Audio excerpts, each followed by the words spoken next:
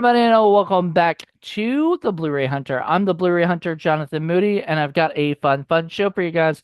We're going to do another rewatch and review, and this time we're going to be talking about The Shop Around the Corner, a movie that I wasn't planning to do for rewatch and review, but I just rewatched it. Haven't seen it since I was in Los Angeles in San Gabriel, where I was living, and I was one day alone, and I was bored, and I was looking for a cute little movie I could watch, and I hadn't always, okay, that would be a lie if I said I was never really a big Jimmy Stewart fan. I always felt a lot of his movies were sort of, I don't know, very preachy or something, like something. There were just some of them I was like, I don't know if I'm gonna enjoy this. And then, so I was like, well, this is like a cute little movie. And it was a Christmas movie. And I'm a sucker for Christmas movies. I love them. They're some of my favorites. Even watching them, like right now it's February. So, like, why would I watch a Christmas movie? Well, because, still makes me feel good inside.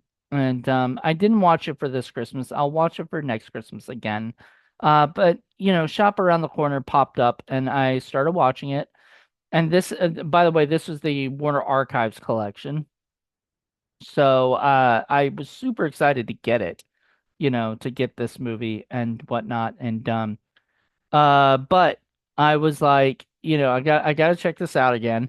And so I was just in the mood, for something very sweet, very easy to watch, and whatnot. And I decided to watch Shop Around the Corner again. And I loved it. I love this movie.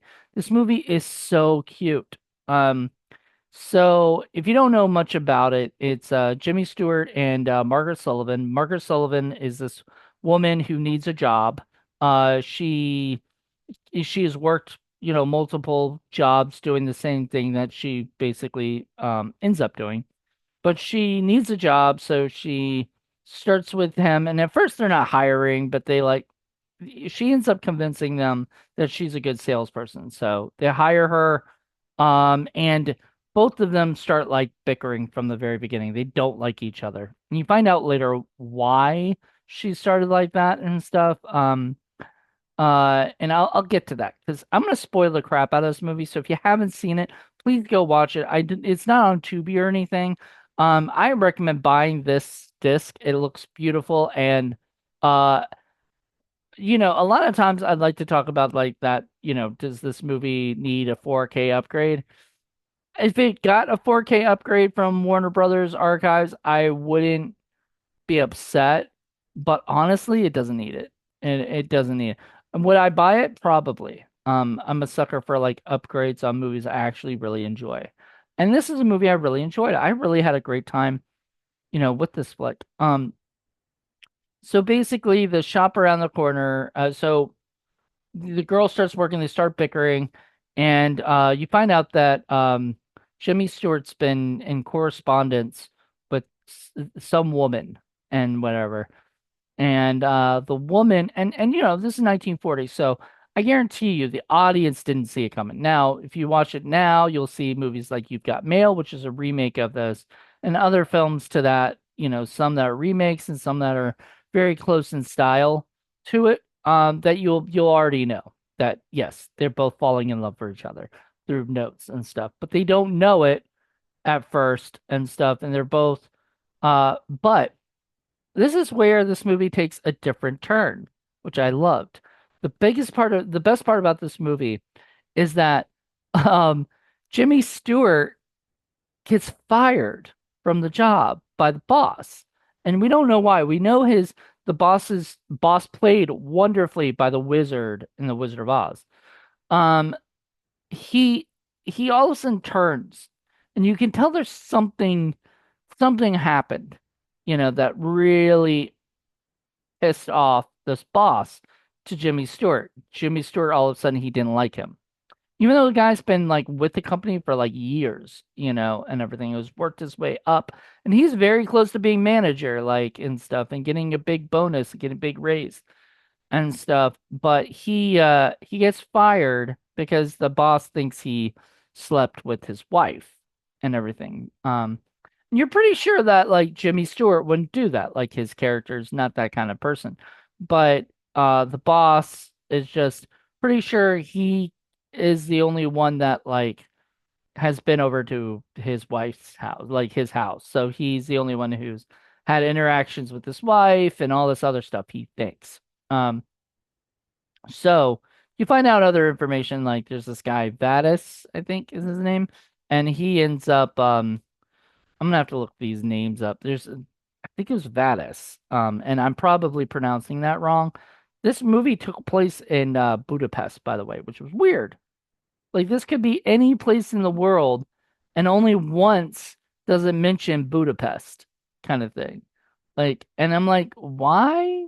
Like, why did I mean it felt like New York to me. Like I don't understand why they had to have it be Budapest. Uh there might be a reason for it, but unfortunately there's no commentary and there's only a featurette that says a new romance of celluloid, the miracle of sound. So it talks about how sound came up, but like that's it. Um doesn't really talk about uh this movie. I don't even know why it's on there. I guess that Warner Brothers had it and they figured they had to put it somewhere, so they put it on this movie. Um, Ernst Lubitsch directed this film, and I just watched for the first time To Be or Not to Be, and fucking love that movie. That movie is so funny. And I've seen Heaven Can Wait. So I'm a big Ernst Lubitsch fan. Like this he's a really good director. I need to see a movie called Nanachka. I think I don't know. I'm probably pronouncing that completely wrong, but it's another movie he directed. But doesn't look like it's a comedy. Nope, it's a romantic comedy. Um. So anyway, let's go back. So the characters are Margaret Sullivan, played. Or wait, characters are Clara Novak, played by Margaret Sullivan. Alfred Kralik, played by James Stewart. Uh, Hugo Matichek, played by Frank Morgan, the Wizard of Oz. So he's Matichek and Company.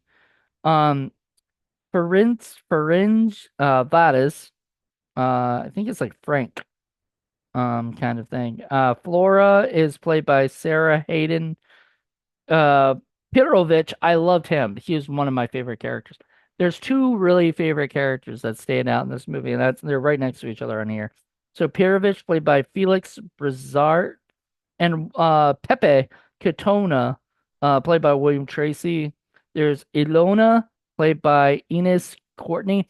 Now that's the one thing I didn't like is that there were a lot of characters, and so it was hard to really get a have a lot of those characters actually have a lot more character to them, because mainly it's really those two.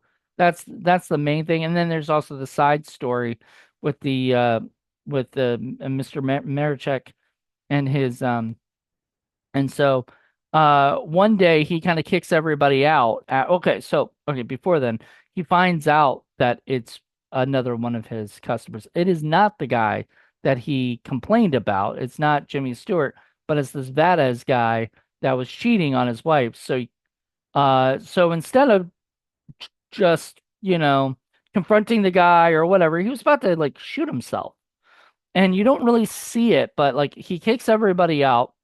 But I noticed that the guy behind him obviously couldn't lock the door behind him that left, the detective. So he closed the door and you don't see the door lock, right?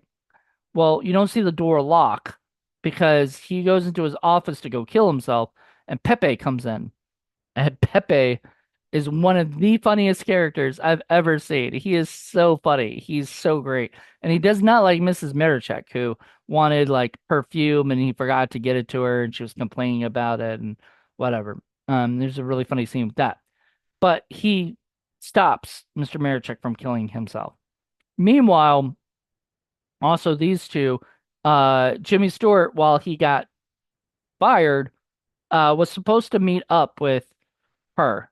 And he ends up Clara. He was going to meet up with Clara at a coffee shop wearing like a carnation and stuff. And there was going to be like a big meet.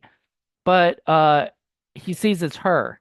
So he doesn't want to and there's a great line where Perovich says to him, "Oh, there's a girl who looks a lot like Clara. If you know, do you like Clara?" And he's like, why do you keep talking about Clara, right?" And he says, "Well, if you don't like Clara, you're not gonna like this girl." And he goes, "Why?" "Because it's Clara." And so he's like, "Oh crap."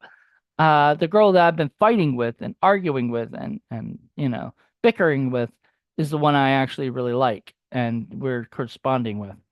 So so like I said, there was a tonal shift with the suicide stuff. I don't even know if I'm allowed to say that, but I'm not being monetized, so whatever. But there was this tonal shift with that. And the was it the boss is now in the hospital and he promotes because he knew he was wrong. He calls back um cleric, Jimmy Stewart, and says, "I am sorry. I thought, I was jealous and so the first thing I thought of was to fire you." And it's like, "Why would you even think I would do that?" Didn't matter. So he goes up and says, "If you want to be if you want, I'd love to for you to be the manager, and you can give yourself a raise." And he was like, "I think I'll discuss that with myself, and if I'm not, yeah, if I don't ask for too much, I'll give it to myself." So it was kind of funny, kind of cute. He goes and takes over the shop. All this other stuff happens. The shop's doing pretty good. They fire that guy. That firing of that is probably so funny.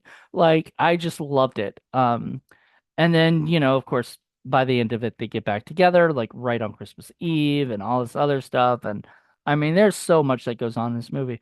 It's an hour and 38 minutes, which for me is kind of longer than I expected one of these comedies to be, honestly, back in the 40s. But it's an hour and 38 minutes. It goes pretty quickly. Like it's not a slow movie or anything. There's lots of jokes, there's lots of stuff happening. You like the characters. I looked it up. It's not a screwball comedy. It's a romantic comedy, but not a screwball. But I kind of maybe try to want to disagree with that because they say like it doesn't have the really fast, funny lines and everything that like, quips and everything. I think it does. It has a lot of that. And it's definitely man versus woman kind of thing. So I don't know. It definitely has a feel of screwball a little bit, but maybe not like full on screwball. So maybe that's what they're trying to say. So, but I disagree. I think this is a bit of a screwball comedy. But it more leans to just a regular romantic and dark, comedy, kind of thing. Um, so, because Pepe's been doing such a great job, he convinces the boss to make him a clerk and not an error boy. And that, oh man, he is so great. He's so funny about that. And he lets the wife know that that they know what's going on and everything. And he says that the Mr. Marichek is with two blondes right now. And I just love that. I thought this movie, honestly, this movie could be remade today just like this, I feel like. Or close enough. I mean, there's maybe some little things, obviously, that's different than what today is. It was made for $500,000 back then, which would be, I looked it up, would be like $11 million today. And um, and that's the kind of movie that needs to get made. Movies like this, where they're just very sweet. And that's another reason why I wanted to do this review. It's because I'm sick and tired of everybody saying everything's got to be edgy. There can't be any romantic comedies anymore. Blah blah blah blah. That's bring this back, please. Like, these are what I want. I want cute, sweet, romantic comedy that make you laugh, make you care for the characters, and just enjoy it for what it is. It is not over, you know, I don't know. I just want something sweet. I don't need something to be so over the top and so edgy and everything. I keep hearing that word. I hate that word. I feel like we're in a place right now where we don't need that. That's the last thing we need. Is everybody already is on edge. Let's bring this stuff back. Like I was talking to a friend of mine. I was like, back in the 40s and everything, we had really bad stuff happening at that time, right? And what made everybody excited to go to the theaters were movies like this, where they were just very sweet and people could go and just enjoy themselves. I feel like nowadays that was supposed to be the Marvel movies, but like people are kind of sick of them. They want something new and different. Bring romantic comedies back, please. Studios, bring them back. I would love that. I would love romantic comedies to be back. I would make them if I could, you know. Maybe one day I will. Who knows? But what I'm saying is I want that. Like I want it back.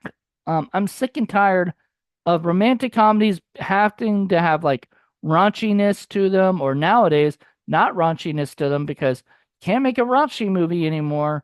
Make just a sweet freaking romantic comedy. These are the type of movies I love now. I love to go in my bed, turn on the television, and watch black and white movies. Because there's just something nice and sweet about them. They were never trying to be anything more than sweet. And that's what I love. I just that's what I love right now. I miss it. Please bring this stuff back. So with that being said, yeah, that's it. That's all I gotta say right now, about re my rewatch and review of it. It is very, obviously at the end of the movie, they get together, everything a happy ending, kind of thing. Exactly what people need right now, happy endings where two people fall in love, and you can tell like the tone switches with them, and when he starts realizing she's the one writing the letters, he starts kind of changing his tune, and everything is just so sweet. I love it. So, anyway, hope you guys enjoyed this movie, and I'll talk to you later, or this review of the movie, and I'll talk to you guys later. Bye.